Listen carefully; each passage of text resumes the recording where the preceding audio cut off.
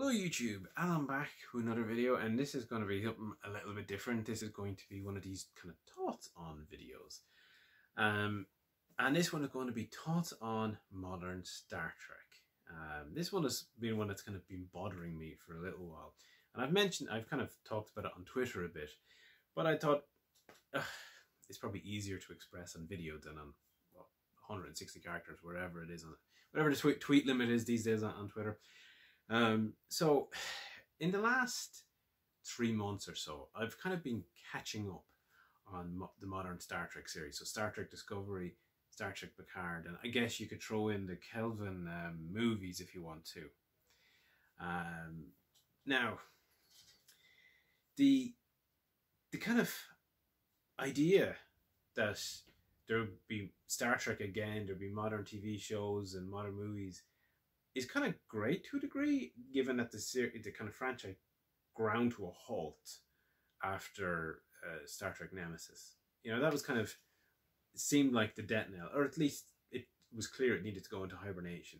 But that was not surprising. You've had 700 plus episodes of TV shows, multiple movies, you know, you're on movie 10. It was definitely time for a break. From the mid-80s to early 2000s, 18 plus years, it had been constant. And in some cases in the mid-90s, you had the end of TNG, the start of the TNG movies, you had DS9, and you had the pre-production of Voyager, all kind of going on at once. It was absolutely mental. So it's understandable why things came to an end. And then, of course, J.J. Abrams came in and crapped out these Kelvin movies. Yeah, I didn't like them very much. They were flash action, and some of the visual design wasn't bad. I thought the Enterprise and the sets and stuff looked decent enough, but as compelling stories, they were terrible. The only one that had any merit really was the last one, Beyond, wasn't, and that wasn't too bad. You could tell Simon Pegg had a little bit more influence in that one and kind of threw in a bit more Star Trek feel and references, but beyond that, they just weren't that great. I've never rewatched them, I don't think, because there was no reason to. I've seen the first two in the cinema, especially Into Darkness. That was just a brutal film. It's not like there weren't bad films in the past either, like some of the old movies weren't that great either, but it all was just flash bang wallop is, what they seem to be going for. And unfortunately, that seems to be what the new Star Trek TV series are all about too. So I started out and I said, okay, I'll kind of binge through Discovery in the lead up to Picard, because I wanted to kind of get a feel for how they were going to do.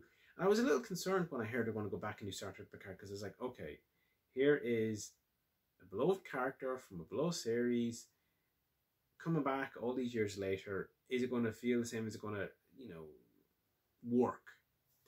I said, I better get a feel, and watch Discovery. So I watched Discovery, and wow, that was hard to get through.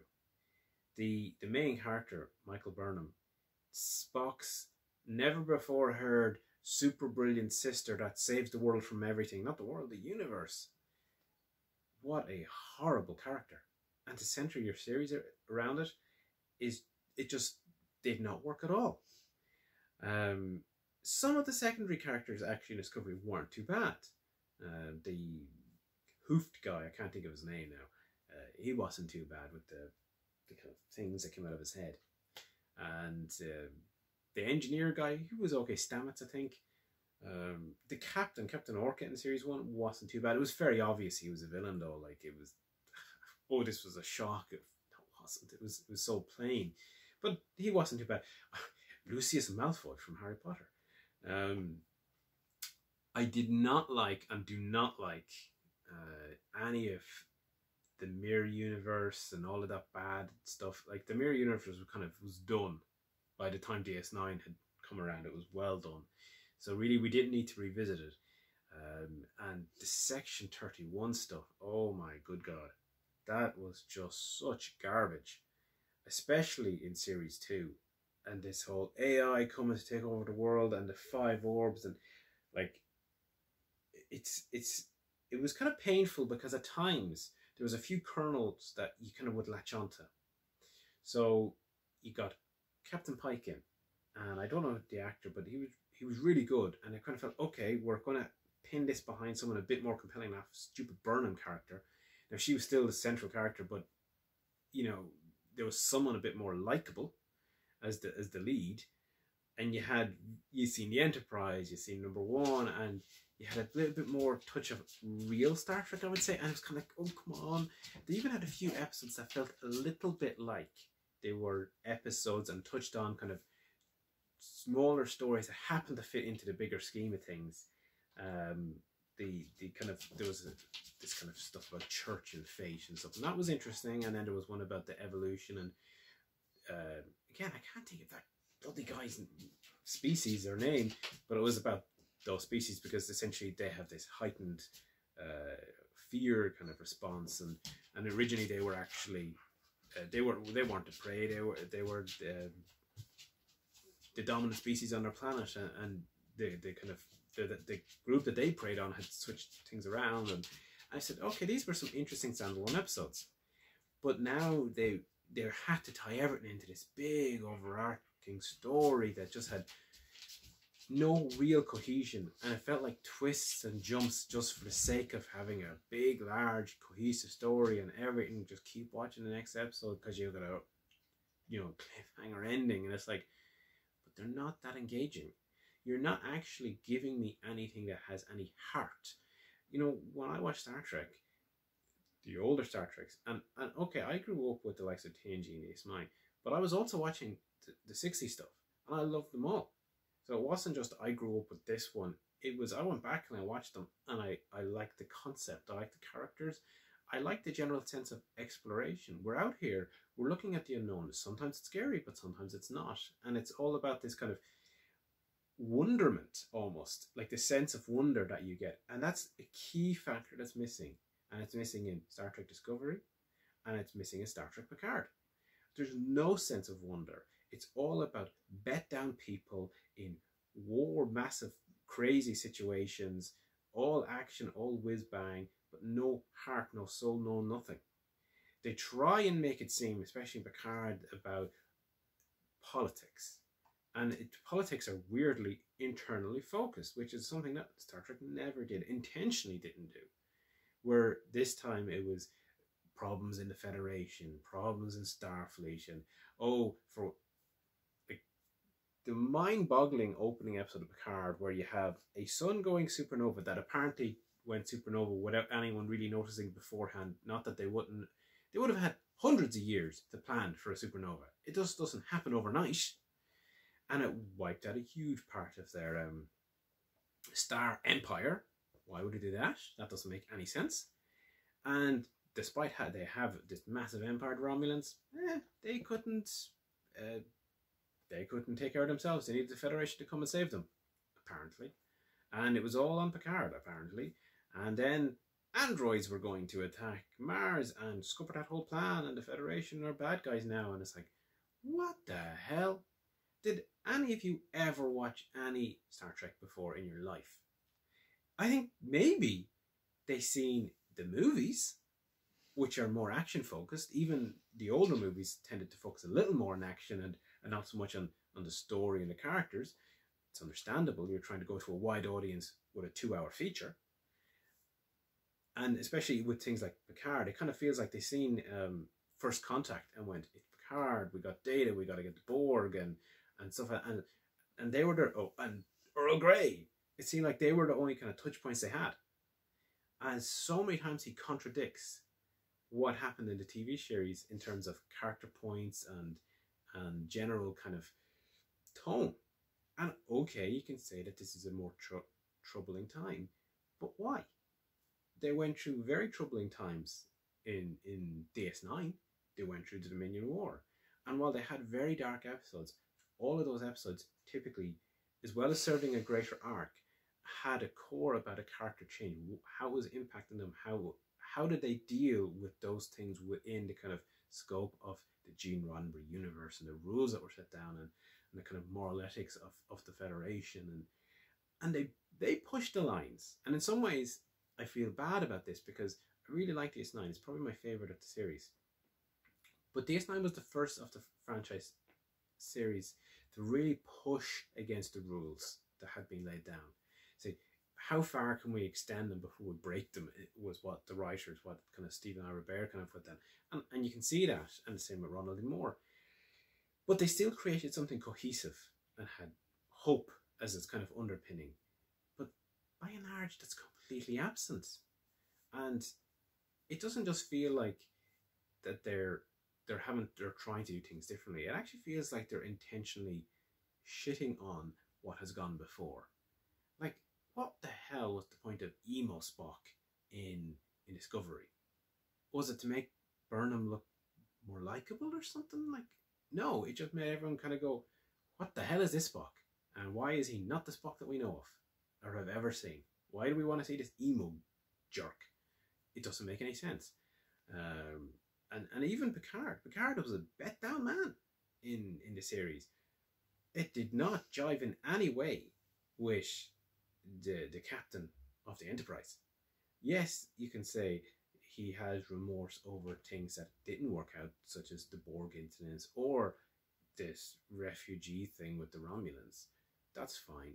But it's just so jarring to see him bet down all the time and constantly berated and spoken down to by a load of the characters. It was kind of ridiculous. And also, you one that calls him JL all the time? Jesus. That was the second worst thing in that series. I think only beaten by the fact that, just like in Discovery, they have to have cursing. Why? You never needed cursing before, you really don't need it now. And actually, now that I'm doing a kind of a listing of things, no, I've just realised there are worse things. They're the kind of obvious, geez, roll your eyes to heaven moments.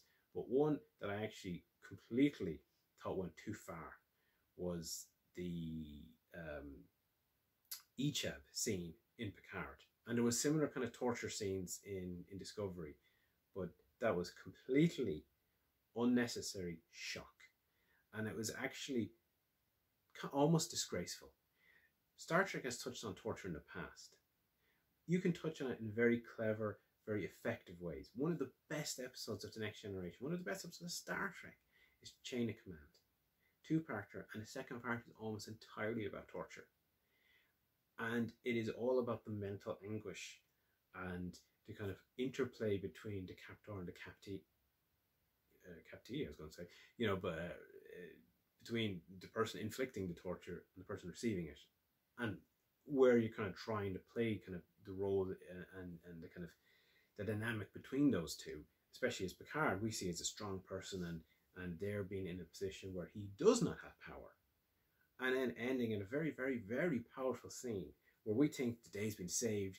He turns around, it's memed and gift and everything everywhere, you know, the kind of, there are 4 lights. And then he sends, at the very close of the episode to the end of Troy, I believe there was 5 or 3, I can't remember the exact number. He had been broken by the torture. And it was a brilliant episode, brilliantly written, brilliantly acted. And you compare that to the shock crap that they throw in to Picard and to Discovery. And it highlights where one was all about tackling difficult problems in a world full of hope, full of exploration, full of possibility. You can do dark, but you still have light. And this is all just flash bang wallop, what a video. That's all it is, this new stuff. I keep watching it because you do get the odd little kernel. You get a few little Patrick Stewart moments, or you get a few little nice little character bits, and you kind of think, oh, maybe they'll come around. And same with Discovery. Captain Pike was like, you know, he was the shining light in that second series. And now I hear that in series 3, he's not going to be there because they're off in the future. To be honest, I actually thought Discovery was done. And I was thinking, you know what, that's probably good. Let's send them off 500 years into the future. Let's be done with them because they're a pile of wasters and we don't want to hear from them again. But no, apparently they're going to set up a new Federation because the Federation is still being destroyed in the future, which is kind of okay. In previous Star Treks, that was not the case. The Federation did last, but we had to destroy the Federation again so that Michael Burnham can save the Federation again. Yeah, and the stakes apparently are going to be even bigger than they've ever been. So the stakes in Series 2 have been basically the entire universe or the entire galaxy is going to be destroyed. All life's going to be destroyed. You got to make it bigger than that. Sometimes the stake can be perfectly big when it's just about one character and overcoming a personal issue. You don't have to make it galaxy-wide, blowing everything up. So, Yeah, I'm probably going to call this video something like thoughts on the problems with modern Star Trek or something like that, because in many ways I just wanted to vent. It's not to say that I can't see why some people like these new series. It does fit that more serialized modern content. You might enjoy the longer form stories. You might actually find them engaging. You might have had less tie to the original characters, whatever it might be. For me personally, it doesn't do a thing. So, that's where I'm coming from, and that's why I feel that they don't work. And I honestly don't know if I'd watch another series of it. It's very hard to, like, I haven't watched the last 2 episodes. I said this on Twitter that I literally have to work up, the kind of get into the right zone after watching an episode, because it's like you kind of almost feel defeated after watching one, and that's never been the case. It would with previous stuff. Sometimes you get a bad episode of a Star Trek series. That's normal, but to have to do that kind of, geez, I've been bet down by this. That's crazy. Anyway, I've definitely rambled long enough. As I said, hopefully these type of videos that I'm doing might help through this kind of lockdown situation, and might be more in the future. If not, we'll see you in space, I guess. Anyway, live long and prosper.